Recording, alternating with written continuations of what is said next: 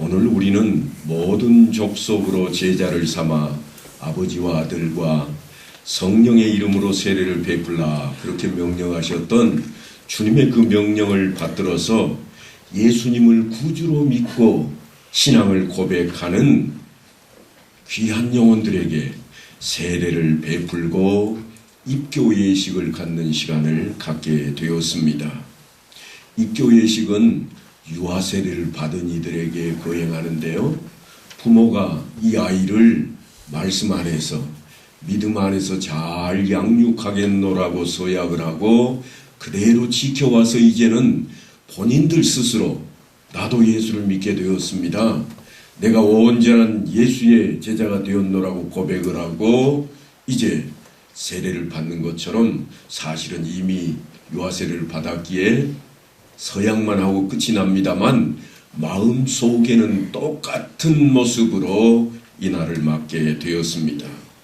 그런데 세례를 베푸는 모습들이 교단마다 지파마다 조금씩 달라서 사람들이 종종 혼동스러워합니다. 그래서 사실은 베드로가 일찌감치 우리에게 하신 말씀이 있습니다. 베드로가 뭐라고 그러는가 하면 물은 예수 그리스도께서 부활하심으로 말미암아 이제 너희를 구원하는 편이 곧 세례라. 이는 육체의 더러운 것을 제하여 버림이 아니요 하나님을 향한 선한 양심의 간군이라. 그러니까 그 물속에 집어넣어서 깨끗이 씻었느냐 안 씻었느냐 그런 차원이 아니라는 거예요. 지금 양심을 어떻게 깨끗하게 할 것인가 하는 자리로 나아가는 것이니까 물속에 집어넣었든지 그러하지 않고 물을 뿌렸든지 아니면 물을 흘려보냈든지 이 시간을 통해서 자기의 양심을 주 예수 그리스도의 성령으로 갈아 끼우는 시간이라 그런 이야기입니다. 세례는 구원의 표로서 예수 그리스도께서 부활하심으로 말미암아 선한 양심으로 하나님을 찾게 하는 것이라 그랬으니 하나님을 찾는 마음이 내 안에 들어서야 됩니다. 세례를 받았음에도 불구하고 내 안에 예수 그리스도를 내 안에 성령을 모시지 못한다면 그것은 진짜 헛것입니다. 아무리 많은 사람들이 바라보는 가운데 강가에 가서 물속에 첨벙 집어넣었다 꺼냈을지라도 다 헛것이 되어버리고 맙니다. 그러니까 우리는 온전히 말씀을 상고하며 오늘 우리가 세례받은 그 자리로 다시 한번 돌아가야만 하겠습니다. 거듭난다고 하는 것이 무엇일까요? 주님께서는 거듭난다고 하는 말을 반복해서 사용하셨고 우리는 오늘 성시 교독을 하면서도 거듭남에 대한 이야기를 우리가 외쳤습니다. 그런데 거듭나는 것이 무엇이라고 하는가 하면 철저히 다른 사람으로 다시 태어나는 것이라. 다른 사람으로 태어난다고 하는 것이 무엇을 의미하는가 하면 하늘로부터 새롭게 나는 것이라. 그래서 하나님에게서 나는 것을 이야기하는데 그것은 초자연적인 일이요 하나님께서 직접 하시는 일입니다. 하지만 사람들은 아니 니고데모는 착각을 했습니다. 그래서 이런 질문을 합니다. 아니 내가 이렇게 다 큰 어른이 됐는데 다시 어머니 뱃속에 들어갔다가 나와야 됩니까? 그럴 수 없잖아요. 그런 이야기예요. 그런 이야기가 전혀 아닙니다. 우리의 본성이 바뀌어야 된다고 하는 것입니다. 죄로 인하여서 다 찌들려 있던 우리의 본성이 새롭게 새 사람을 입어서 깨끗하게 변화되는 양심의 변화가 있어야 된다고 하는 것입니다. 그래서 영적 생명으로 새로운 피조물로 우리가 다시금 태어나야 할 것을 말씀하고 있으며 성령의 역사만으로 이루어질 수 있는 일이라고 하는 것입니다. 그 이야기를 물과 성령으로 되는 일이라 그랬습니다. 그래서 오늘 물에 대한 이야기를 베드로가 하게 되었던 것입니다. 사람을 거듭나게 하시는 일은 하나님이 하시는 일인데 특별히 성삼위 하나님 가운데 성령님의 몫으로 그 일이 진행이 됩니다. 마치 하나님께서 얼굴로 사람을 지으시고 코에 생기를 훅 불어 넣었더니 그가 생명이 된지라 하신 말씀처럼 이제 성령께서 허물과 죄로 죽었던 우리 인생들에게 거듭남의 놀라운 역사를 물로 인해서 성령께서 함께 하심으로 새롭게 그 안에 새 생명으로 불어 넣으시는 작업입니다. 그것은 새 사람이 되게 하는 그러한 일이요, 성령의 직접적인 그러한 역사입니다. 인간의 노력이나 개발을 통해서 이루어지는 일이 결코 아닙니다. 내가 열심히 문답 공부에 패스해서 된 일이라, 아니요, 그렇지 않습니다. 하나님께서 간섭하시고 하나님께서 함께하지 아니하시면, 성령께서 나를 붙들지 아니하시면 그럴 수 없습니다. 그러니까 세례 받으면은 내가 지식이 없어도 상관없습니다. 때로는 내가 글을 잘 몰라도 상관이 없습니다. 때로는 내가 성경을 줄줄 외우지 못하고 들은 말씀을 뒤돌아서면서 잊어버려도 문제가 되지 않습니다. 그럼 뭐가 문제인가? 하나님께서 하시는 게 문제입니다. 하나님께서 언제 받아들이시는가? 예수 그리스도를 나의 구세주로 믿고 시인하는 자에게 하나님께서 그 일을 행하신다고 약속하셨으니 성령께서 그렇게 하실 것입니다. 니고데모는 우리 인생들처럼 착각을 했습니다. 니고데모가 이르되 사람이 늙으면 어떻게 날 수 있사옵나이까? 두 번째 모태에 들어갔다가 날 수 있사옵나이까? 니고데모가 그렇게 물을 때 주님께서 답변하시기를 물과 성령으로 거듭난 것이라, 육의 것은 육이요 영의 것은 영이라고 말씀을 하고 있습니다. 왜 거듭나야 하는가 하면 우리가 육의 것으로 끝나버리지 아니하고 영의 것으로 새롭게 거듭나야 할 것이기 때문입니다. 우리 인생은 너나 할 것 없이 모든 사람들이 다 아담의 불순종의 죄로 말미암아 죄인으로 태어나게 되었습니다. 그래서 로마서 3장에 가면 의인은 없나니 하나도 없으며, 그렇게 사도 바울이 고백을 합니다. 사도 바울은 당대의 유명한 인사였습니다. 공부도 엄청나게 잘했던 인물입니다. 바리새인이요, 그는 유대의 혈통 있는 가문의 사람이었고 가말리엘 문화에서 공부를 했던 사람입니다. 아무도 따라갈 수 없는, 범접할 수 없는 그였는데 그가 하는 말이 뭔가 하면 의인은 없노라, 아무도 없노라. 왜냐하면 육체를 따라 난 인생은 다 죄인이기 때문이라. 나는 모태에서부터 죄인이 되어서 태어났노라. 그렇게 사도 바울이 고백하며 우리에게 일깨워주고 있습니다. 하나님 나라에 부적합한 사람으로 살아갈 수밖에 없는 그러한 인생들인데, 어떻게 하면 하나님 나라 천국에 부합한 사람이 될 수 있는가? 그 이야기를 예수님뿐만 아니라 그의 제자들도 들려주기 시작했습니다. 특별히 사도 바울은 로마서에서 이렇게 외칩니다. 그리스도께서 너희 안에 계시면 몸은 죄로 인하여 죽은 것이나 영은 의를 인하여 산 것이라. 우리의 몸은 비록 때가 되면 죽음을 맞이하고 흙 속에 묻혀 다 흙이 되어버리고 말 것이로되 우리의 영혼은 변화되어서 하나님의 나라로 옮겨갈 수 있게 될 것이라고 그렇게 우리에게 일러주고 있습니다. 그 길이 어떤 길인가? 하나님 앞에 순종하는 자로 나아가는 일일진데, 그 순종이라고 하는 것이 그냥 생겨난 것이 아니라 죄가 없어져야 하나님을 만날 수 있고, 하나님을 만나야 하나님 안에 들어갈 수 있다고 하는 것입니다. 그래서 내가 예수를 믿노라고 고백하는 그 안에는 내가 이미 죄사함을 받게 되었다고 하는 놀라운 하나님의 은총이 있는 것입니다.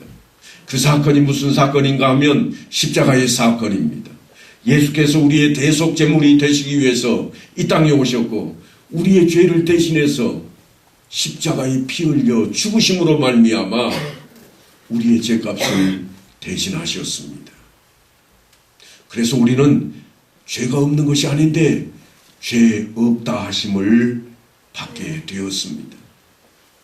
그것을 의인이라 칭함을 받는다. 그래서 이신칭이라 하는 신학적인 용어를 사용합니다만 죄가 없어서가 아닙니다. 하나님께서 내가 너를 죄 없다고 인정하겠다고 하는 것입니다. 그 순간 우리는 그것을 믿노라고, 내가 그 예수를 나의 구세주로 믿노라고 고백하고 나설 때에 하나님께서는 성령의 역사를 통해 우리에게 하나님 나라에 부합한 사람으로 거듭남의 역사를 더하셨다고 하는 것입니다. 신비스럽고 은밀한 일이 우리에게 시행되는데 사람의 힘으로 되는 것이 아니요, 우리의 공로로 되는 것이 아니라 오직 하나님의 은혜로 되는 것입니다. 그러니까 이 일은 먼저 회개하는 것으로 시작되어야 됩니다. 죄사함을 받기 위해서입니다. 진실로 너희에게 이르노니 너희가 돌이켜 어린아이들과 같이 되지 아니하면 결단코 천국에 들어가지 못할 것이라 말씀하셨던 주님의 말씀의 뜻이 바로 거기에 있습니다. 돌이키는 자, 회개하는 자만이 그 자리에 들어설 수 있습니다. 그 일은 성령으로 말미암아 될 수 있습니다. 하나님께서 우리를 택하지 아니하시면 그 일을 해낼 수가 없습니다. 우리가 하나님을 택하는 게 아닙니다. 하나님께서 말씀하시기를 내가 너희를 택하여 세웠나니.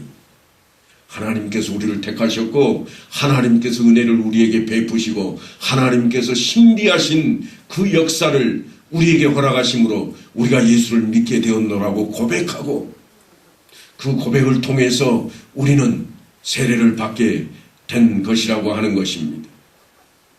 그래서 사도 바울은 고린도 교인들에게 말씀을 전하시기를 뭐라고 했는가 하면 성령으로 아니하고 누구든지 예수를 주라 신할 자가 없노라 그랬습니다.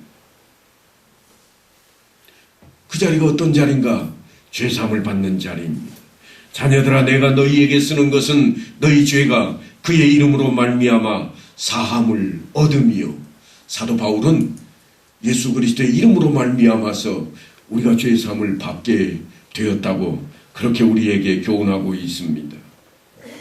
그래서 우리가 죄의 심각함을 깨닫고 그 자리로 나아가는 이 일까지도 성령께서 우리에게 간섭하시고 내 마음에, 내 양심에 흔들림을, 내 양심에 간절히 원하는 마음을 주셔서 우리로 하여금 그 자리에 들어서게 하는 것입니다.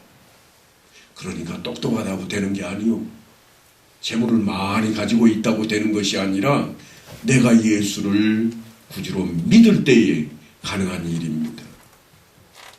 믿는 자에게는 멸망을 허락하지 아니하시는 그 하나님께서 믿는 자들에게 세례를 베풀게 하시고 그 세례 베푼 자들을 교회의 일원, 교회의 지체가 되도록 말씀하셔서 우리가 하나 되는 그 역사 중에 함께하게 허락하신 것입니다. 어느 정도로 하나님께서 우리로 하여금 죄사함을 허락하시는가 하면 동이 서에서 먼 것 같이, 동가서는 서로 만날 수가 없습니다. 하나는 이쪽 편이요 하나는 저쪽 편이기 때문입니다. 또한 그렇게 먼 것 같이 우리의 죄과에서 우리를 멀리 옮겨 놓으시겠다고 약속을 하십니다. 그렇다고 우리가 죄를 짓지 않을 수 있는가? 그렇지 않습니다. 여전히 우리는 죄성이 있어서 죄를 향해 가려고 애를 쓸 것입니다. 그럴 때마다 성령께서 내 안에서 간섭하시고 내 안에서 놀랍게 만드셔서 죄자리에서 멀리 떨어지도록 우리에게 간섭하시고 요구하시겠다고 하는 것입니다. 우리를 구원하시되 우리의 행한 바 의로운 행위로 말미암지 아니하고 오직 그의 긍휼하심을 조차 중생의 씻음과 성령의 새롭게 하심으로 하셨노라. 그래서 어떻게 할 것인가 하면 영접하는 자 곧 그 이름을 믿는 자들에게는 하나님의 자녀가 되는 권세를 주셨노라 하는 것입니다. 그래서 우리가 하나님을 아버지라 부를 수 있는 자녀의 자리에까지 가게 되었습니다. 그것은 우리가 다시 태어났기 때문에 가능한 것입니다. 내가 여호와의 명령을 전하노라. 여호와께서 내게 이르시되 너는 내 아들이라. 오늘 내가 너를 낳았도다. 세례를 받을 때마다 우리가 이 말씀을 듣고 또한 우리 마음속에 새기는 그러한 말씀이 될 것입니다. 우리는 이 말씀을 통해서 하나님으로부터 주시는 새로운 생명을 받게 되었습니다. 그래서 육으로 난 사람은 육이요 성령으로 난 사람은 영이라고 당당하게 우리가 외칠 수 있게 되었다고 하는 것입니다. 초대교회 역사가 바로 그런 역사였습니다. 아니, 우리가 오늘날 살고 있는 이 역사가 그 역사 가운데 함께하는 역사입니다. 저희가 다 성령의 충만함을 받고 성령이 말하게 하심을 따라 다른 방언으로 말하기를 시작하니라. 초인적인 일이 초대교회에 일어났던 것입니다. 그러면 오늘날 살아가는 우리에게는 그런 초인적인 일이 일어나지 않는가? 그렇지 않습니다. 베드로 사도가 이렇게 전합니다. 갓난 아이들 같이 순전하고 신령한 젖을 사모하라. 이는 이로 말미암아 너희로 구원에 이르도록 자라게 하려 함이라. 젖을 사모하는 갓난 아이. 우리 하원이가 늘 찾는 그 모습을 보시고 여러분이 귀엽다고 하는 그런 마음만 가질 게 아니라 여러분들 자신이 하나님을, 그 말씀을 그렇게 사모해야 된다고 하는 것입니다. 그렇게 되면 어떻게 되는가? 우리 육신이 지금처럼 이렇게 자라난 것처럼 우리의 영혼도 그렇게 자라날 것을 말씀하고 있습니다. 내가 주께 범죄하지 아니하려 하여 주의 말씀을 내 마음에 두었나이다. 시편 기자는요, 죄를 범하지 않으려고 내 마음판에다 하나님의 말씀을 내가 간직했습니다. 그게 무슨 이야기입니까? 죄가 내 앞에 얼씬거리지도 않는다는 이야기가 결코 아닙니다. 죄가 얼씬거릴 때마다 내 마음판에 있는 이 말씀으로 물리쳐버리겠다고 하는 겁니다. 그게 없으면 우리는 죄 속에 빠져들 수밖에 없습니다. 유혹을 당할 수밖에 없습니다. 무너져버릴 수밖에 없습니다. 말씀이 내 안에서 중심이 되어서 다가오는 유혹을 물리쳐버리지 않으면 우리는 무너져버릴 것입니다. 그러니까 그러기 위해서 우리는 늘 기도해야 할 것이요, 또한 하나님과 교제하며 말씀을 상고해야 될 것입니다. 뿐만 아니라 우리가 세례를 받고 공포하고 하나됨을 이루는 것은 뭔가 하면 인간은 홀로 할 수 없으니 함께 서로 돕고 합력하자 하는 것입니다. 나도 세례를 받았노라고 당당하게 표징으로 외치는 것은 나도 이렇게 살겠다고 외치고 여러분 앞에 약속을 하며 여러분과 함께 신앙 안에 하나로 똘똘 뭉치겠다고 나도 이제부터는 엄다교회 교인이라고 그렇게 외치는 자리가 되는 것입니다. 초대교회가 그러했습니다. 저희가 사도의 가르침을 받아 서로 교제하며 떡을 떼며 기도하기를 전혀 힘쓰니라. 어떤 인물들인가 하면 세례받고 하나님의 이름으로 한자리에 모인 사람들이었습니다. 우리가 바로 그 자리에 있습니다. 무릇 그리스도 예수와 합하여 세례를 받은 우리는 그의 죽으심과 합하여 세례를 받은 줄을 알지 못하느냐. 그러므로 우리가 그의 죽으심과 합하여 세례를 받음으로 그와 함께 장사되었나니 이는 아버지의 영광으로 말미암아 그리스도를 죽은 자 가운데서 살리심과 같이 우리로 또한 새 생명 가운데서 행하게 하려 하심이라. 예수님이 우리의 죄값을 대신 짊어지고 죽으실 때 우리의 죄는 어떻게 되었다고 하는가 하면 죽었다는 겁니다. 그 말씀입니다. 예수 따라서 우리도 죽자. 그래서 오늘 다 자살을 하는 그런 얘기가 아니에요. 예수님이 죽으시는 그 순간 우리의 죄를 대신해서 예수님이 죽으셨으니 우리 안에 있던 죄는 죽었노라 선포하고 이제는 내 안에 죄가 없어졌다고 새로운 생명으로 주님께서 부활하신 첫 열매가 되신 그 생명으로 우리가 새롭게 거듭나서 하나님 나라의 백성으로 다시 날 것을 외치고 있는 것입니다. 이제 세례받은 사람들의 삶은 그리스도와 함께 죽고 그리스도와 함께 새 사람으로 사는 것입니다. 그러니까 아직까지 세례를 받지 못하신 분들은 성령의 충만함과 세례받을 것을 사모해야 됩니다. 그리고 이미 세례를 받으신 분들은 내가 어떻게 살아갈 것인가, 내 안에 하나님의 말씀을 붙들고 내 삶을 되돌아보고 주님께서 왜 나를 위해 십자가에 못 박혀 죽으셨던지 다시 한번 상고하면서 우리의 삶을 뒤집어 놓아야 됩니다. 그 자리로 가야 됩니다. 우리는 이제 다음 주일을 부활절로 지키며 성찬 예식을 하겠노라 그렇게 공표를 해 놓았습니다. 성찬 예식은 뭐 하는가 하면 그리스도와 한 몸을 이룰 것을 다시 한번 떠올리고 기념하는 자리입니다. 내 혼자 힘으로 할 수 없으니 예수 그리스도의 힘으로 우리가 다시금 하나가 되어서 그 일을 해내자고 하는 것입니다. 그러니 우리는 각성하고 새롭게 다짐하며 이 한 주간을 보내야 되겠습니다. 이 한 주간은 고난주간으로 주님께서 내 죄를 위해 어떤 일을 당하셨는지 새벽부터 하루 종일 어떻게 우리를 위하여서 고난 중에 계셨던지를 기억하며 말씀을 통해서 내 양심을 바로잡고 내 삶을 바로잡는 그러한 시간이 다 되어야만 할 것입니다. 그래 마침내 이제 주님의 참된 성도들이 다 되어서 주님 앞에 나아가는 그대가 될 수 있게 되기를 간절히 축원합니다.